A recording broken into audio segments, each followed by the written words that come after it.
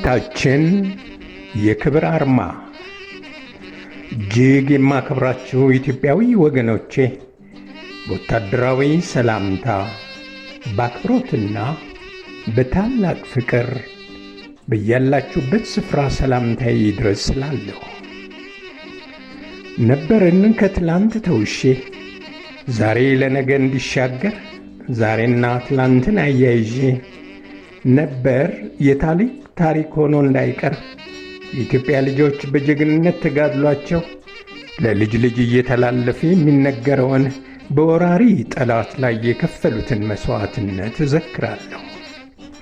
የኢትዮጵያ ወታደር ለሀገሩና ለሕዝብ ክብር አርማ ሆኖ ከድንበር ማዶ ላሉ ሰብአዊ ፍጡሮች ጀግንነቱ ቢነገር ቢወደስ ይበቃዋል የማይባል የድል አድራጊነቱ ምዕራፍ ሁልጊዜ እየተገለጠ የሚተረክለት ልዩ ወዳጅ ነው።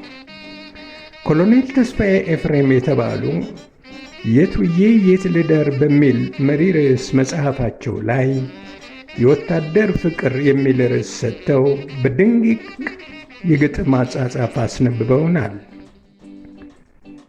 በኪዳን የጸና በእውነት ፍቅር ማላ ተዝቆ የማያልቅ ሁልጊዜም የሞላ እንኳንስ ሊጎድል ድርብ ሆኖ የማያውቅ ዘመን የማይሽረው በልቡ ማኅደር በክብር የሚዘልቅ ለመለዮ ለባሽ ፈጣሪ የሰጠው ከብሮ የሚያስከብረው ወታደር ፍቅር አለው። ክረምትና በጋ መኸርና ጸደይ ፈትነው ያልኮሉት ጨለማና ፀሐይ ፍቅር አለው ወታደር እረፍት የሚነሳው ያውም የእናት ሀገር የሚወዘውዘው ፍቅሩም ከጅረቱ ከጋራው ከአየሯ ከቆላ አደጋዋ ከአድማስ ከጠረፏ ከእንስሳት ከእጽዋት ከምየ ኢትዮጵያ ከእቅፍ ልጆቿ የምር መወደዱ የፍቅር መግለጫው እጹብ ነው ፈጽሞ እልፍ ነው ማሳያው። ለሕይወት መስፈርቱ ወታደር ለፍቅሩ በላቀ ጀግንነት በሰማዕት ክብሩ ዘር፣ ቀለም፣ ሃይማኖት፣ ጎጥን ሳያማርጥ በመሥዋዕትነት ክብር የሚገለጥ በኅብር አጊጦ በነቂስ የሚሰጥ እንደ ሻማ ቀልጦ ሺዎችን አፍርቶ ሀገር የሚያስከብር ብርሃን ይሞላዋል ነፃነት አብርቶ በቁርጥራጭ ሥጋው በከበረ ደሙ ፍልሚያ ባደቀቀው በከስካሽ አጽሙ ሀገርና ሞራል እንዳይለያዩ ፊት ለፊት ተጋፍጦ ትውልድ ያስቀጥላል መራር የሞት ጽዋን በፍቅር ጨልጦ ብለዋል። ስለሆነም ነው ሰራዊታችን የክብር አርማ ነው ማለታችን። ይህን በመሰለ በክብር የሚገለጥ ሰራዊት ዚያድ ባሬ በተባለ የሶማሌ መንግሥት ገዢ የምኞት ተጓዥ ያልተጨበጠ ድል ናፋቂ ጦር ላይ ያልመዘገበው ድል ወታደር የሀገር ድንበር አስከባሪ የሕዝቡም ኩራት ሁነኛ መገለጫ መሆኑን ሳያውቅ ለወረራ መንገድ ጀምሮ ነበረ። አይዞህ ወራሪነት ያስከብራል እያሉ ሮም ላይ ባለህበት እርገጥ የሚል ትምህርት ያስተማሩት ዚያድ ባሬ ባለ 5 ኮከብ የሚታይበትን ሶማሊያን በኢትዮጵያ ምድር ናዝሬት ድረስ ቀርቤ የሀገርን ስፋት በተዋጊ ሰራዊት አሸንፌ ማለዳ ማለዳ አዘምርለታለሁ ብሎ ማለዳ ያወጣው ሰራዊት መሽቶ የነጋውን ማለዳ ማየት ሳይቻለው የኢትዮጵያን ሰራዊት የወጣ የወረደ የድል መዝሙር ጆሮው እስኪጠግብ በመስማት የትዕቢቱን ትርፍ በሽንፈት ኪሳራ አወራርዷል። የአንዳንድ ሀገራት ሰዎችም ከጎንህ ነን ባይነት የልብ የሰጠው ዚያድ ባሬ ባንዳ እንደሰበሰበው የፋሺስት ኢጣሊያ ሰራዊት እሱም ባንዳን ተማምኖ ከሽንፈት ሊሰወር ግን አልቻለም። የኢትዮጵያ ታሪክ የሀገር መሪዎችና ግለሰቦች የውጭ ጠላት ሲመጣ እንደ አንድ ሆነው ተዋግተዋል። በማይጨው ጦርነት ግን በተቃራኒው ሆነው የቀዳማዊ ኃይለ ሥላሴን የልጃቸው ባል ደጃዝማች ኃይለ ሥላሴ ጉግሳ የምገዛው ገዛ ጠቦኛል፣ ማዕረግም አንሶኛል ብለው የኤርትራ ገዢ ከነበረው ስቱቶ ጋር ተገናኝተው 30,000 ጦር ከጎንህ አሰልፋለሁ ብለው ኢትዮጵያን የመክዳት ቃል ገቡ። ስቱቶ ይህን አይቶ ግንቦት 23 ቀን 1927 ዓ.ም የመረብን ወንዝ ተሻግሮ የኢትዮጵያን ጦር አሸነፈ። ደጃዝማች ኃይለ ሥላሴ ጉግሳም ከጠላት ጎን ተሰልፈው ላበረከቱት ባንዳዊ አገልግሎት የራስነት ማዕረግ አግኝተው የትግራይ ገዢ ለመሆን በቁ። የኢጣሊያ ፋሺስት ጦር ኢትዮጵያን ለማጥቃት ከሶማሊያና ከኃይለ ሥላሴ ጉግሳ ጦር ጋር ካሰለፋቸው በተጨማሪ 5 የኢጣሊያ ክፍለ ጦሮች፣ 6,000 መትረየሶች፣ 750 መድፎች፣ 750 ታንኮች፣ 150 ተዋጊ አውሮፕላኖች ማሰለፉን በቦታው የነበረ አሜሪካዊ ፕሮዲውስድ ኤንድ ዳይሬክትድ ባይ ሎትስ ቤከር የሚል ፊልም ላይ አሳይቷል። ባንዳም ተሰለፈ፣ ዘመናዊ መሳሪያም ባገር በምድሩ ጮኸ። የኢትዮጵያን ውድ ልጆች እጅ የሚያሰጥ ሳይሆን ዓለም የተደነቀበትን አሸናፊነት የዓለም ሕዝብ ጆሮ ተከፍቶ እንዲሰማው አደረገ።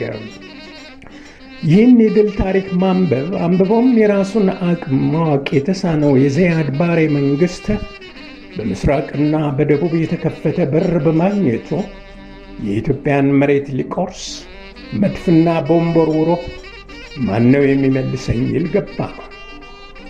በምስራቅም በደቡብም በጥቂት ወታደሮች ይጠበቅ የነበረው የኢትዮጵያ ድንበር ተደፈረ። እናቶች፣ አባቶችና ልጆች በየቆንጥሩ ስር አንገታቸው ተቀላ።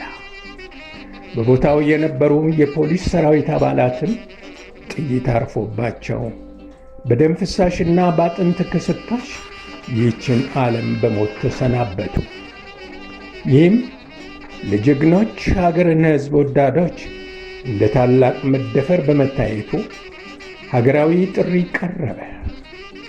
የኢትዮጵያ ድንበር መደፈር አይቻልም የሚል የገጠር ነዋሪ ሞፈርን ሰቅሎ ለጥሪው ምላሽ ሊሰጥ ተንቀሳቀሰ።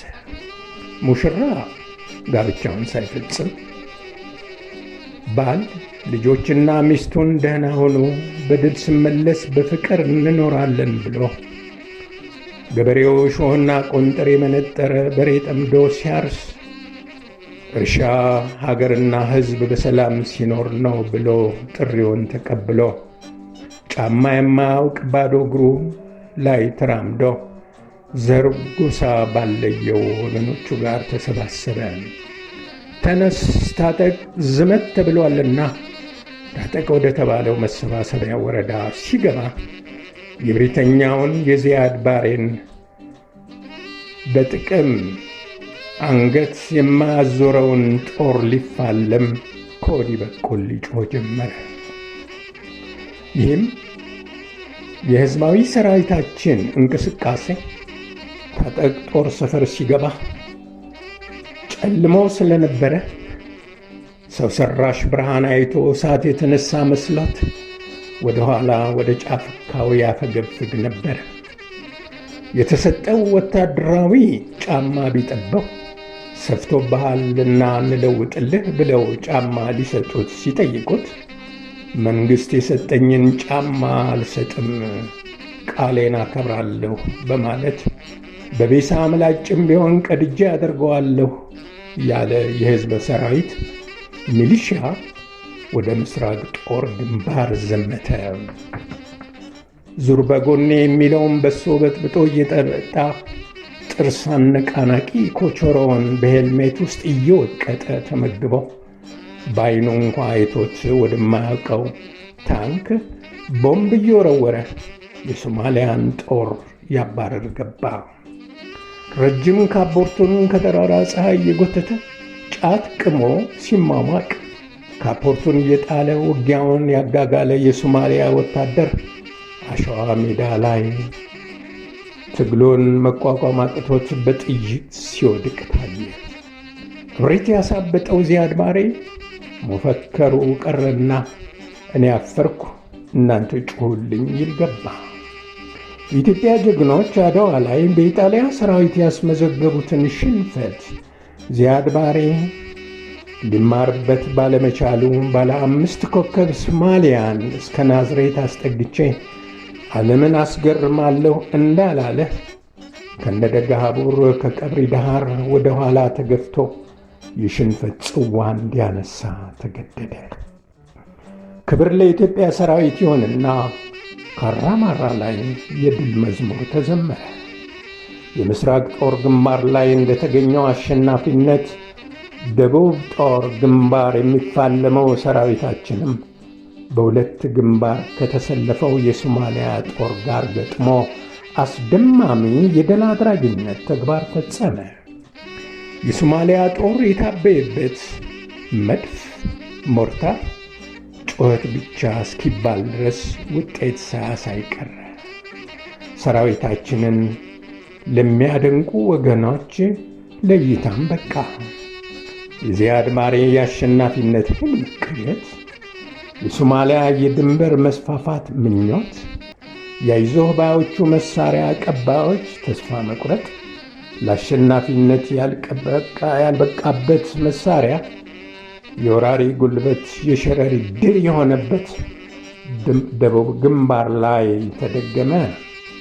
እንደ ካራማራ እንደ ጭናክሰን ተብሎ የተዘመረለት ምስራቅ ጦር ግንባር ደቡብ ግንባር የተገኘው ድል እንዴት ተጀምሮ እንዴት ተፈጸመ?